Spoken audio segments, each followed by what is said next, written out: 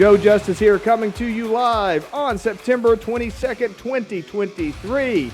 Hey, listen, everybody, I want to remind you that you're listening to the Kanawha Valley Hustlers podcast, and did you know that we have a t-shirt? That's right. You can get your very own Kanawha Valley Hustlers t-shirt. I will put the link in the comments, and if you're listening to the podcast, I will put the link in the description. Make sure you get your own. You can get it right there at Etsy. It's the Kanawha Valley Hustlers. It's got the black bear holding the cup of coffee with his nice suit and tie and ready to go conquer the world, because anybody in Kanawha Valley knows that nothing represents a hustler more than the black bear going out there and getting after it. Thank you so much for listening here today. I got a great guest with me, and we are going to have a lot of fun for the next 10-15 minutes. I would like to introduce you to a friend of mine. He is a commercial account executive at Optimum Business. You might be familiar with Optimum. We're going to talk about that for a little bit. If the name's ringing a bell, you've probably heard of them, or you might know him by a different name. We're going to talk about that for just a little. I'm going to bring him up right now. His name is Dwayne Boggess, and I'm going to ask, Dwayne, what's your hustle, buddy? Hey, good afternoon, Joe. Thanks for having me on. My hustle is all about taking care of businesses and, making sure that we're giving them the best experience they can with internet and, phones, video, whatever that they need, and all the different ancillary products that we offer. So, my goal to hustle is to be out on the street and finding these customers and keeping them away from the 800 number if possible. So that's kind of what I do every day. Awesome. Now tell me a little bit about, now for people who aren't familiar, can you tell me a little bit about the history of Optimum? Because I think some people might know them by a different name. Well, it's funny. It's a long history. In West Virginia, it was, I think, Charter. This goes way back before me. Charter, and then became Suddenlink, and Suddenlink was more of a local provider. And then I don't remember the year, they were purchased by Altice USA. And Altice is a European company, and very good, great company, very diverse. And at that point, we had two different divisions. We had kind of the Optimum branch that was New York, New Jersey, kind of that area, and then we had the Suddenlink footprint in the States here. So about a year ago, we started making the full-time transition as operating as one unit as Optimum. So that's how we got to where we are now. And dealing with the issues that were lingering with Suddenlink and how to address those. And that's, kind of where we are today, but it's an evolving thing for sure.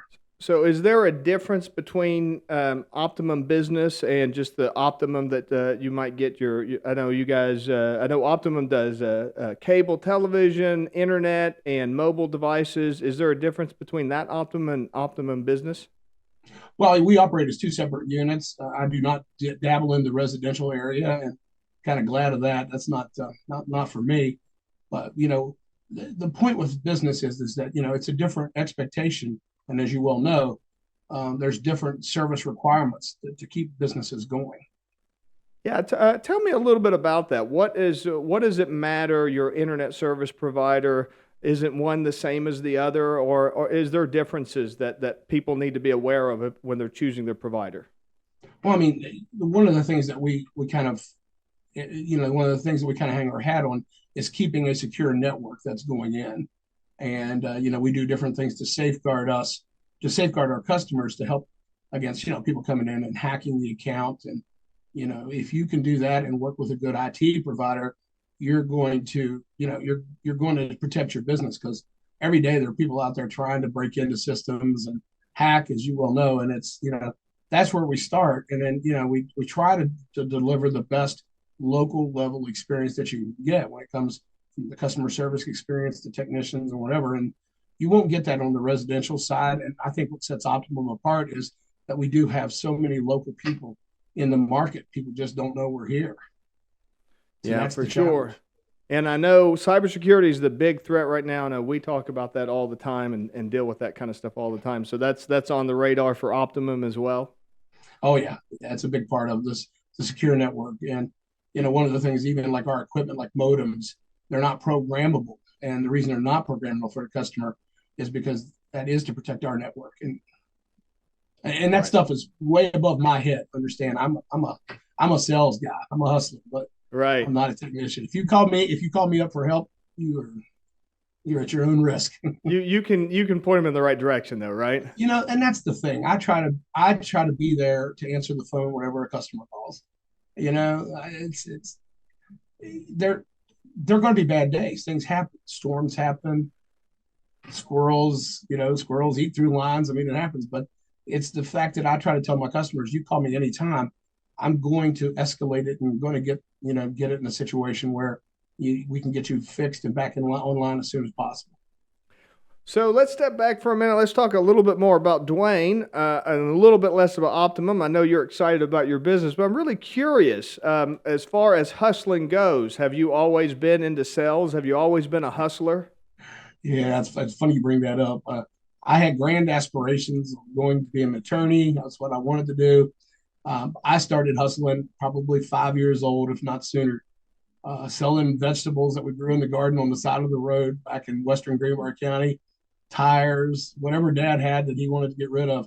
I kind of just was out hustling and selling, and then it just seems like it's always been my life, and for whatever reason, it just works for me. And I guess I tried to fight it for years.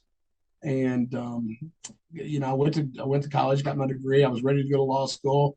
I was accepted, and I decided to take a year off. And I met a small business in Morgantown, a family owned beverage alcohol business, and named George Associates and the George family, and started working for them. And I never looked back.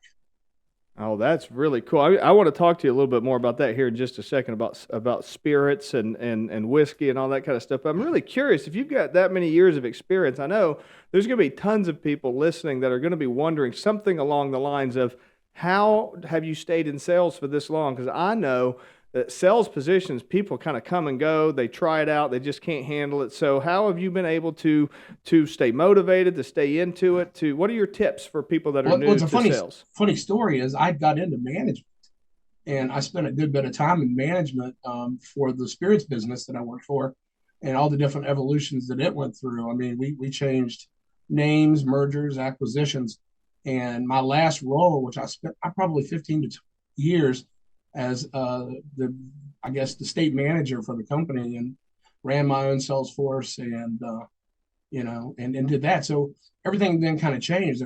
They shut our office down. I was given a severance package and went on my way. And at the age of, I was in my 40s, I had to reinvent myself and start all over again. And it was tough, so that's how I got into where I'm at today.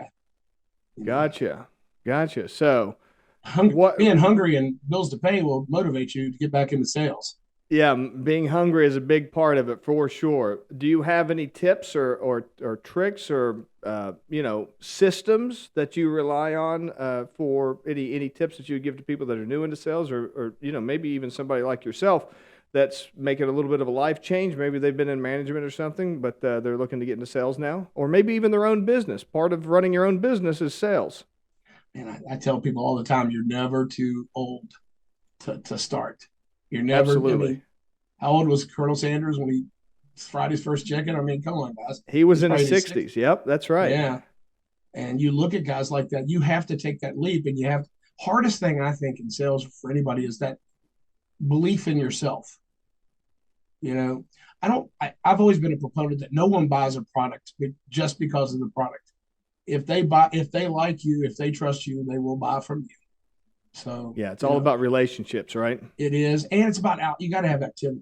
I mean, I think that's where a lot of I think a lot of people when they think about sales, they think of like the Wolf of Wall Street type of stuff. And that's the kind of stuff that'll get you in trouble, because when you start thinking of your clients as if you're the predator and they're the prey, you're not going to build a very good relationship that way, are you?